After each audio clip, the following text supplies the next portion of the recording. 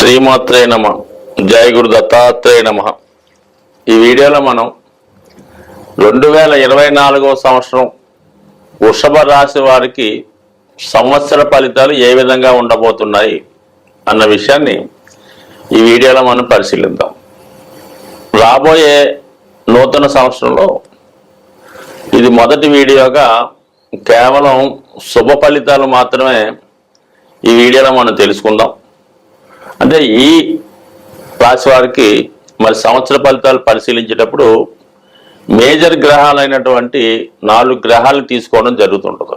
రాహు, కేతువు, శని ప్లస్ గురువు, ఈ 4 గ్రహాలే ప్రధానంగా తీసుకొని ఈ సంవత్సర ఫలితాలు చెప్పడం జరుగుతుంది. మనం మాస ఫలితాలు తెలుసుకున్నప్పుడు మిగతా గ్రహాలు శుక్రుడు, శని అంటే మిగతా గ్రహాలు తెలుసుకోవడం జరుగుతుంది. ప్రస్తుతానికి మాత్రం ఈ రాశి వారికి, వృషభ రాశి వారికి ఈ సంవత్సరం అంతా కూడా అనుకూలంగా లాభసాటిగా ఉన్నటువంటి గ్రహం రాహు గ్రహం. 11వ స్థానంలో సంచరిస్తున్నటువంటి ఏ గ్రహం అయినా అది కష్టమైనా, నష్టమైనా, లాభమైనా, న్యాయమైన, అన్యాయమైన చివరికి జాతకుడికి మరి సాటిస్ఫైడ్ రిజల్ట్నే, అంటే మనకి లాభాన్ని మాత్రమే కలగజేస్తుంటుంది ఈ 11వ స్థానంలో ఉన్నటువంటి రాహు. అయితే 11వ స్థానంలో శుభగ్రహం ఉన్నప్పుడు, అంటే గురువు, శుక్రుడు లాంటి శుభగ్రహాలు ఉన్నప్పుడు మంచి కార్యక్రమాల ద్వారా, మంచి పనుల ద్వారా నిజాయితీగా స్వచ్ఛమైనటువంటి ధనం రావడం జరుగుతుంది. అదే రాహు, శని, కుజ లాంటి పాపగ్రహాలు ఉన్నప్పుడు అన్యాక్రాంతంగా కానీ, ఇతరులు బాధపడుతూ ఇచ్చే ధనం కానీ, లంచం లోపంలో కానీ, బ్లాక్ మార్కెటింగ్ ద్వారా కానీ, ఏదో రకంగా అన్యాయం అయినట్టు అనుకోవచ్చు, కమిషన్ ద్వారా అనుకోవచ్చు, లేదంటే 1 లక్ష రూపాయలు భూమి 2 లక్షలకు అమ్మడం వల్ల వచ్చే కమిషన్ అనుకోవచ్చు. సో ఏదైనా ఇందులో కొంతగా అపవాదు, కొద్దిగా అన్యాయం కూడా రావడం జరుగుతుంది. నవ్వే డేస్లో ఆ విధంగానే ధనం సంపాదించగలుగుతున్నారు తప్ప నిజాయితీగా, న్యాయంగా ఉన్నవాడు నష్టపోవడం తప్ప లాభం అయితే నవ్వే డేస్లో ఉండే అవకాశమే లేదు. కానీ ఇదే ఇప్పటి న్యాయం, రాహు న్యాయం ఇప్పుడు జరుగుతుంది. కాబట్టి అటువంటి రాహు 11వ స్థానంలో ఉన్నాడు. కాబట్టి మీరు కోరుకున్న విధంగా ఏదైతే చాలా కాలంగా ఎదురు చూస్తున్నారో అటువంటి ఫలితాలు ఈ సమయంలో రావడం జరుగుతుంది. ముఖ్యంగా ఏంటంటే వ్యాపార అభివృద్ధి. అంటే మనం చేస్తున్నటువంటి వ్యాపారంలో అది అనుకున్న దానికన్నా ఎక్కువ లాభాలు రావడం, ఉన్నత స్థాయికి రావడం, అలాగే ఇతర లైసెన్సులు లాంటివి ఏమైనా రావాల్సి ఉంటే అవి రావడం, వ్యాపారాన్ని అభివృద్ధి పరచడం, అలాగే నిపుణులైనటువంటి స్టాఫ్ను కానీ, పనివారిని కానీ చేర్చుకోవడం, ఇవన్నీ కూడా అంటే వృత్తిపరంగా చాలా లాభసాటిగా ఉంటుంది. సో అది ఏ రంగంలో ఉన్నా సరే అందులో బాగా ఎక్స్పర్ట్ అయిన వారిని నియమించుకోవడం, వ్యాపారాన్ని కూడా అభివృద్ధి పరచడం. అంటే రాహు ఒక విధంగా కుంభరాశికి అధిపతి అవుతుంటాడు శనితో పాటుగా. మరి ప్రస్తుతం ఈ వృషభ రాశి, వృషభ లగ్నం వారికి రాహు చెప్పాలంటే దశమాధిపతి, అంటే వృత్తికారకుడు, జీవనోపాధి కారకుడు. అటువంటి రాహు మీకు 11వ స్థానంలో సంచరించినప్పుడు ఏమవుతుందంటే ఖచ్చితంగా వ్యాపార అభివృద్ధి జరుగుతుంది. విదేశ సంస్థల లైసెన్సులు కానీ, విదేశ వ్యవహారాలు కానీ కలిసి వచ్చే అవకాశం ఉంది. ముఖ్యంగా సినిమా ఇండస్ట్రీ, సాఫ్ట్వేర్ రంగం, లిక్కర్ పరిశ్రమ, మెడికల్ సంబంధించింది, వీటన్నిటిలో కూడా ఎక్స్ట్రాడినరీ గ్రోత్ వచ్చే అవకాశం ఉంది. అలాగే విదేశంలో ఉన్నటువంటి పార్ట్నర్స్, అంటే మీ యొక్క బంధువులు కానీ, మీ యొక్క సంతానం కానీ, మీ యొక్క అన్నదమ్ములు కానీ మీ వ్యాపార భాగస్వాములుగా చేరి మీ అభివృద్ధికి కారణం అయ్యే అవకాశాలు కూడా ఎక్కువగా ఉంటాయి. ఆశించిన దానికన్నా ఎక్కువ ఆదాయం రావడం జరుగుతూ ఉంటుంది. ఫర్ ది ప్లస్ పాయింట్ ఏంటంటే మీకు రుణ ప్రయత్నం చాలా సులభంగా దొరుకుతుంది ఈ సమయంలో. అంటే ఎలా ఉంటుందంటే మీరు ఏదో ఒక వ్యాపారం స్టార్ట్ చేసి దానికి ఒక 1 crore రూపీస్ మీకు దానికి ఫైనాన్స్ కావాలనుకోండి. మీరు ఆ 1 crore ఫైనాన్స్కి వెళ్లకుండా ఒక 5 కోట్ల రూపాయలు ఫైనాన్స్ కావాలని బ్యాంక్కి వెళ్తే 100% మీకు 5 కోట్లు శాంక్షన్ అవుతుంది. సో అందులో కొంత ఖర్చు అయినా పెద్ద మొత్తంలో ఉన్నటువంటి రుణం మీకు మరి మంజూరు అవ్వడం జరుగుతుంది. అదే మీరు నిజాయితీగా మనకి 1 కోటి రూపాయలు కాబట్టి మనకు 20 లక్షలు పెట్టుకుందాం, 85 లక్షల లోన్కి వెళ్దామంటే మీరు ఎన్నిసార్లు తిరిగినా కూడా రాదు అది. సో అందువల్ల ఈ విధంగా లేని దాన్ని ఉన్నట్టు చూపించి ఒక అకౌంట్సే మెయింటైన్ చేస్తారో, ఇంకోటే వస్తువులు రేట్ పెంచి చూపిస్తారో, లేకపోతే మీ యొక్క సంస్థని గుడ్ విల్ని పెంచి మార్కెట్ విల్ని పెంచి చూపించి ఒక హైప్ చేసి లేనిది ఉన్నట్టు చూపించి మీరు లోన్కి వెళ్ళడం వల్ల మీకు 100% వస్తుంది. దాన్ని సద్వినియోగం చేసి రీపేమెంట్ చేసుకుంటే బాగుంటుంది. కానీ ఈ విషయంలో మాత్రం ఈ సంవత్సరం అంతా కూడా మీకు రాహు 11వ స్థానంలో ఉంటాడు. ఎంత రుణమైనా దొరుకుతుంది, కానీ రుణం మాత్రం తీర్చలేకపోతుంటాం. ₹1,00,00,000 ఉన్నామండి, 10 కోట్ల రుణం మాత్రం తీర్చడానికి రాహు ఒప్పుకోనమాట. సరే తర్వాత చూద్దాంలేండి, వాడు అడిగినప్పుడు అంతగా కోర్టుకి వెళ్ళొచ్చు అంటాడు తప్ప అప్పు తీర్చడానికి రాహు ఒప్పుకోడు. అప్పు చేయడానికి మాత్రం ఒప్పుకుంటాడు. అలాగే లిక్కర్ సంబంధించిన వాటిలో బార్ అండ్ రెస్టారెంట్, నైట్ క్లబ్లు, క్యాబరే డ్యాన్సులు అటువంటి వాటిలో అవకాశం అది ఉంటుంది.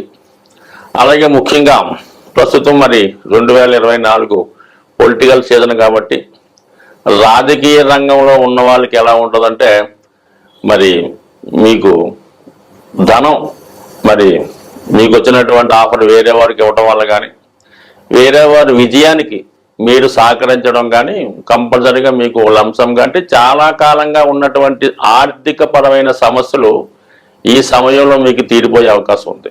సో ఆ విధంగా 11వ స్థానాన్ని ఉన్నటువంటి రాహు 100% మీకు ఆర్థికంగా మేలు చేస్తాడు. అలాగే 3వ స్థానాన్ని కూడా వీక్షిస్తాడు.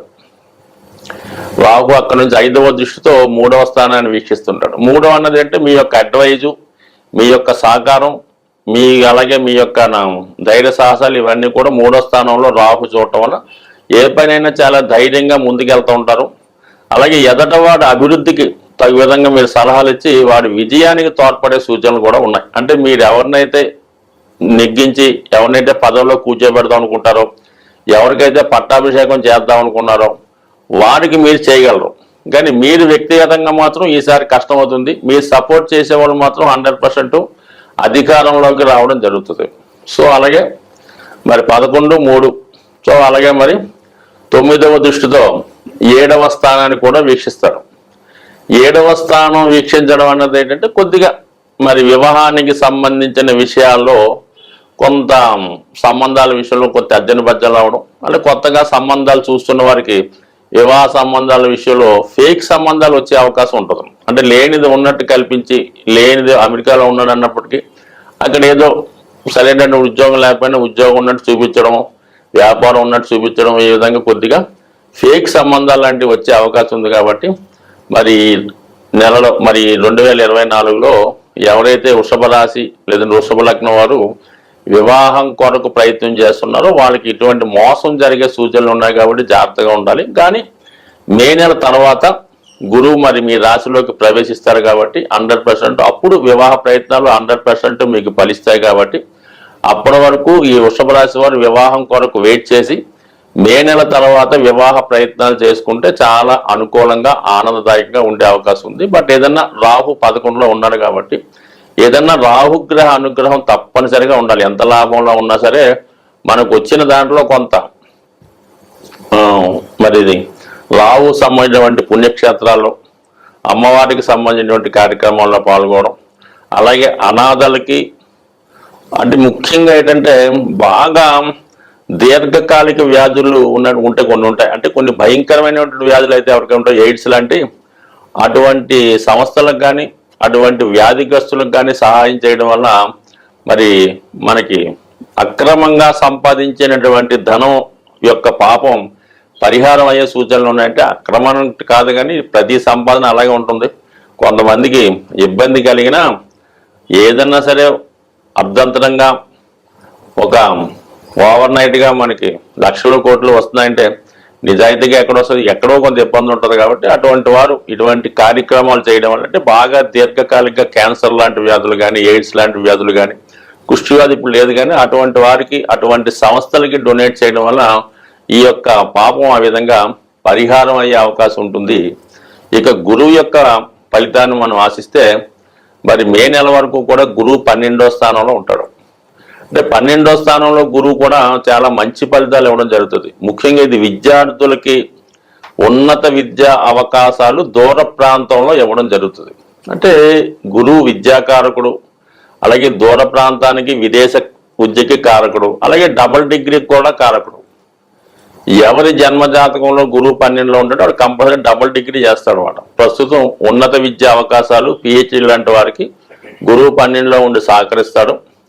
అలాగే సంతానాన్ని ఆశించే దంపతులకు కూడా 100% ఈ సంవత్సరం సంతాన యోగం కూడా కలిగే అవకాశం 100% ఉంటుంది. మరి 4వ స్థానాన్ని, 8వ స్థానాన్ని, 12వ స్థానాన్ని గురువు యాక్టివేట్ చేయడం జరుగుతుంది. అంటే ఒక విధంగా ఇది మోక్ష త్రికోణం. ఈ మోక్ష త్రికోణం అంటే మనకి ఏంటంటే ఆశించిన ఫలితాలు, పుణ్య కార్యక్రమాలు, చాలా కాలంగా ఆశించిన లాభాన్ని కలిగిస్తున్నాయి. అంటే 12వ స్థానంలో ఉన్నటువంటి గురువు మంచి కార్యక్రమాలకి ధనాన్ని ఖర్చు పెట్టిస్తాడు. అదే 11వ స్థానంలో గురువు ఉంటే మంచి కార్యక్రమాల ద్వారా ధనాన్ని వస్తాయి. అంటే ఇప్పుడు రాహు 11లో ఉండి మనకు ధనం ఇస్తాడు. 12వ స్థానంలో ఉన్నటువంటి గురువు మంచి కార్యక్రమాలకి ధనం ఖర్చు పెడుతుంటాం. ముఖ్యంగా గృహ నిర్మాణం 4వ స్థానాన్ని వీక్షిస్తారు కాబట్టి ధనం, గృహం కానీ, పొలం కానీ, స్థలం కానీ కొనుక్కునే అవకాశం ఉంటుంది. అష్టమ స్థానంలో ఉన్నటువంటి గురువు అష్టమాన్ని వీక్షించడం వల్ల శుభకార్యాలు, నిగూఢంగా ఉన్నటువంటివి, రహస్యంగా ఉన్నటువంటివి, చాలా కాలంగా పెండింగ్లో ఉన్నటువంటి వాటిని పరిష్కరించే ప్రయత్నం చేస్తూ ఉంటారు. అంటే ఏదన్నా నిగూఢంగా, రహస్యంగా ధనాన్ని దాచడం కానీ, ఎవరికైనా డొనేట్ చేయడం కానీ జరిగే అవకాశం ఉంది. మొత్తం ఏంటంటే పుణ్య కార్యక్రమాలు, శుభకార్యాలు ఎక్కువగా ధనాన్ని ఖర్చు పెట్టడం జరుగుతుంది గురువు 12లో ఉండడం వల్ల.